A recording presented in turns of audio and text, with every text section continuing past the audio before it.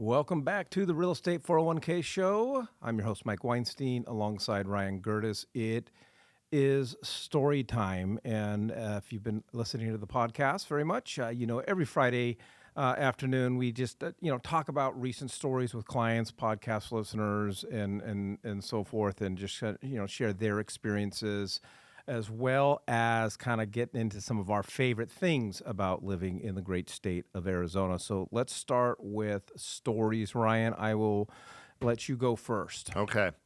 This story does not involve a client of ours or one of our vendors. It actually involves one of our wealth managers on our team. So we love helping people, buy homes. We love helping investors expand their real estate portfolio. And so all those things are definitely at the top of our list. But as team leaders and if you've been watching, you'll know that we have a pretty sizable team here in the greater Phoenix area. One of our newer team members, such an entrepreneur, such a driven guy. And as a team leader, it's our job to help everyone kind of break out of their comfort zone in order to grow and to be better. And his comfort zone has always been to be extremely analytical about anything before doing anything. And so, Patrick, if you're watching this is me giving you some props, man, because for the first couple of months on our team, it was, man, I need to read this, I need to research that, and it was like, bro, you know a lot of shit, and you've got this. You need to start getting out there and spreading the good word that that you can help people, either develop their portfolio or foster it or improve it, and so one of the biggest wins that we have on our team as team leaders is when our wealth managers actually go out and invest in real estate themselves, because it is really difficult to listen to somebody that's either trying to consult me, sell me, or whatever, if they're not themselves partaking in the goods or services that they're trying to impress upon me. And so while he's had amazing success with helping other people, that was it was great seeing him develop there, but he just got his first investment property. I know, it's so freaking awesome, man. And so now out looking for his next. Yeah, and so he's been using our 401k model, which is to essentially use your first property as a primary and then convert it over into a non-owner occupied investment property. And so they just got their first one turned over, and it's I know that they're working with a couple of different people to get some tenants in there, and so that was a huge win for me. So when you're talking to us or you're talking to anyone on our team, it's just a testament to the fact that we're drinking the Kool-Aid that we're selling, so to speak. That's important to note. And so watching that when we get somebody that kind of going from infancy almost to now he's leveling up like that, that's a huge win for me, man. Mine is one of our friends at Luke Air Force Base. Well, you don't know who I'm talking about. Oh, I thought you were. Okay. No, I can't. I need for him to call me back. Oh, okay. And make a decision.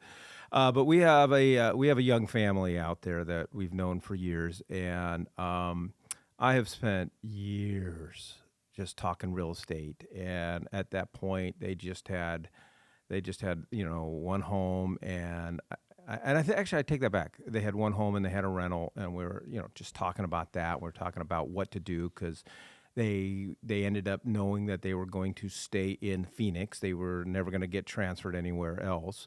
And so now they're looking at their forever home. What do I do with the home that we're living in? Mm-hmm. And the whole thing that we just go over a million times. Sure. But it's always, it's interesting with the Luke Air Force Base pilots. I'm just going to make a generic statement with Air Force pilots.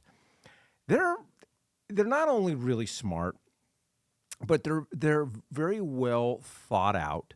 They do a ton of research, mm-hmm. and so for us, sometimes it's the challenge of getting them to actually make a decision because they've got to do so much research. They've really got to truly feel comfortable, and their research and their decision making process is it is an incredibly high level. And I enjoy those conversations. They're very challenging conversations. And so, long story short, so we helped him and his wife, and I think they've got 32 kids. I don't know. Yeah. I don't know. Yeah. But they got the house for 32 kids. Yeah. And we helped them move it into it. We helped them move into the house, and then. But during that process, we've just been having discussions about LLCs and tax strategies and mitigating tax liabilities and exposures and so forth. So it was just finally really cool. After a couple of years, he reached out to us, being me. It was my turn apparently. Yep. And just like, okay, I've got to figure this out. I've got two rental properties. I've got this big house. I'm investing in this and investing in that and whatever the case is. And so, just really that it's awesome that we have a tax strategist that is part of our real estate 401k program, that I know that I can just make the introduction, and I introduced Paulo and his family to Cindy and her Sweet. team, and watching him now take that next step of what very mature investors do, and asking the really tough questions and working through the tough scenarios that at the end of the day only benefit him and his family financially. I agree with that, man. That's a huge win, and it's so much fun watching, because when they start to realize how much they don't know about something, and don't get me wrong, super intelligent dude, and it's not like he wouldn't have eventually come up with it, but it's like watching an extra couple of valves be put into an already very strong engine, And then we hear comments of like, because everybody's had other agents before. Like, I've never gotten this kind of not only support. I've never gotten these types of resources, and been, as an investor and a buyer myself, being our client, of being challenged and introduced to concepts that really savvy investors are doing and have been doing for centuries. Agreed. Yeah. So I know for me, and we live this stuff, when, and I thought that my CPA before Cindy was good. I was like, okay, yeah, I'm very happy. Same. And then I was so like, why shop? And then I got introduced to Cindy, and I'm like, oh shit! Like, really? Yeah. Like, okay. do you think about like how many tens of thousands of dollars that you and Christine have inadvertently given to the IRS because you didn't have Cindy throughout your real estate career? I know. Don't remind me. Okay. All right. Well, we would love for you to be part of our story, and would love to have that conversation with you about building wealth in real estate. And more importantly, if nothing else, we just love to have conversations about real estate strategies. So I invite you to text the word STORY to 623-AZ-RECON. That's STORY to 623-AZ-RECON. All right, Ryan, it is Friday. Okay. You are up. It's my turn. Historically, we've always talked about different restaurants or places to go, etc. And so I was thinking something a little bit different. Everybody needs a set of wheels, right? And the car shopping experience can just be cumbersome. If you're going to go to a dealership, you have to deal with all these salespeople. If it's a smaller mom and pop, or you're buying it privately, like, what's the condition? Like how do you know? And so my topic is, what is your best car buying experience in the greater Phoenix area, so that our listeners can at least have some place to kick things off with? Best car buying experience, or place, best place? Yeah. I know that it's such a loaded question, so I'm keeping it general. Okay, no, I would say it's the place where I bought my last two cars, and the last two cars look identical. One's just a different, one was just a newer model than the other one. All right. And so it's really funny because I had a Honda Accord. Right? I'm not a car guy. I just don't care about cars and whatever the case is. Mobile liabilities. Exactly. Yeah. So I got this brand new Honda Accord probably a decade ago, and it was awesome, right? And freaking Hondas just, well, you can just drive them till Yeah. forever, right? Yeah. And Hand them then down to your and grandkids. so then I got sucked in by my wife. Gosh darn it! So I became the executive vice president at a real estate brokerage of 3,200 agents, and she's like, "Oh, you're an executive vice president. You can't drive around a Honda Accord. You got to have a nice car, and whatever the case Oh. is." I'm like, "All right, you do the research," and my wife does research, and so I don't know what app she uses. So I ended up with an Infinity. And I go, when I'm buying my cars, I go to the Infinity car dealership off the 60 in Mesa. I think it's Superstition Springs Boulevard or whatever the case is. They always seem to have what I want. And I've learned we don't ever buy brand spanking new. We now get these certified pre-owned vehicles. And so the last two Infinities that I got, I paid high 30s for a car with anywhere from 10 to 12,000 miles, 100,000 mile warranty. And I remember, and I'm not going to compare my Infinity to a Porsche or a Lamborghini, but it's a lot faster than a Honda Accord. Yeah, And so I remember I dude. got on the freeway and I put the pedal down. I'm like, holy shit, Yeah. this thing's moving. They do just a fantastic job out there. Obviously using apps now and so forth. You can do a lot of the pre-work, but they always just ended up with the better deals, and the customer services is okay. Cool. All right. Yeah, I mean, I was born and raised here. I can't tell you how many vehicles I've bought. There's a private dealer that I've worked with, and he's great. We bought a Tesla recently, and that was brand new.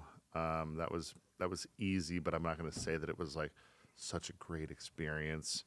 I would say that our best one, it happened during COVID. All right. And if you were at all in the market for a vehicle during COVID, you would know that the prices were just insane. And I wasn't in the market for any other reason than my daughter turned 16, and I was going to give her my truck and buy myself a new truck.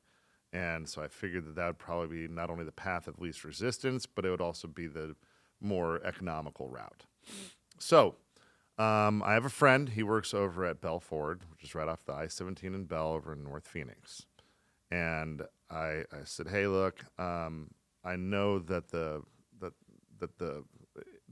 Prices, fabric of this industry has just completely changed since COVID started. But and I have a little bit of time because it was about 6 months before her birthday. She's a good kid. She needs wheels. She has a job. She has school. She has all these things, and so it was something I wanted to do for her. And also my truck was getting old, so it was time for a little bit of an upgrade. Yeah, I hope So- Christine doesn't adopt that strategy and philosophy with you. Well, yeah. Her truck's getting old. Might need a new wheel or two, but this truck's still ticking. So he said, well, come on down, we'll take a look. And then, I talked to him on a Friday. I showed up over to the dealership Monday morning, and I get out there, and it's this 5-acre lot, 10-acre lot, and it's empty. There's not one vehicle on the entire lot. And I'm like, dude, what the hell is going on here? You guys going out of business? He goes, believe it or not, this lot was full on Friday. And it was empty Monday morning. My God. And so he's like, but I have a couple of trade-ins that we got over the weekend. We just haven't certified them yet. So we'll just drive around a couple of those and kind of see what you want. And I was like, okay. So told him roughly what I wanted, and we jumped in into one of the trucks, and it wasn't really my cup of tea. I'm not a red vehicle kind of guy, and I definitely don't like black interior because in 120 degrees it absorbs a lot of heat, and it's just takes forever to cool down in the summer. So, but it had both of those, but it was a nice truck. Other than that, it was a very, very nice truck. And so I said, I'm not a big fan of it just because of those things, but I can, those are aesthetic things. Functionally speaking, it does everything that I need it to. Out of curiosity, what is it going to take for me to drive this off the lot? $72,000, he says. It's a year old with 22,000 miles on it, etc. And, it wasn't necessarily what I wanted. And I was like, man, I feel like we're just like on different planets here. Like I don't Walk me through yeah, this. walk me through this. Like, because I'm not gonna do that. But like, if I need to reevaluate my expectations here of what I'm gonna get out of this whole thing, then then we need Brooklyn might get a Vespa.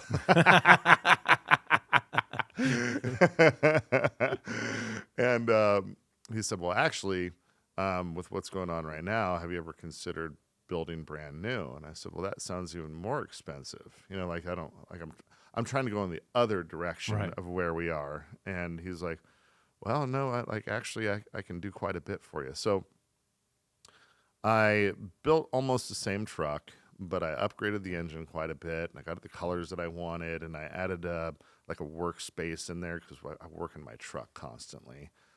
Sprayed in bed liner and a couple of things just to help with the towing and the payload, because we do a lot of different flips and projects, and I need a truck for truck purposes quite frequently. So built it and gave it to him, and I was just like, You're thinking, what were you thinking? Like 120? I was thinking it was gonna be a 6-figure truck, based on the 1-year-old at 72, and not quite as decked out as what I gave him.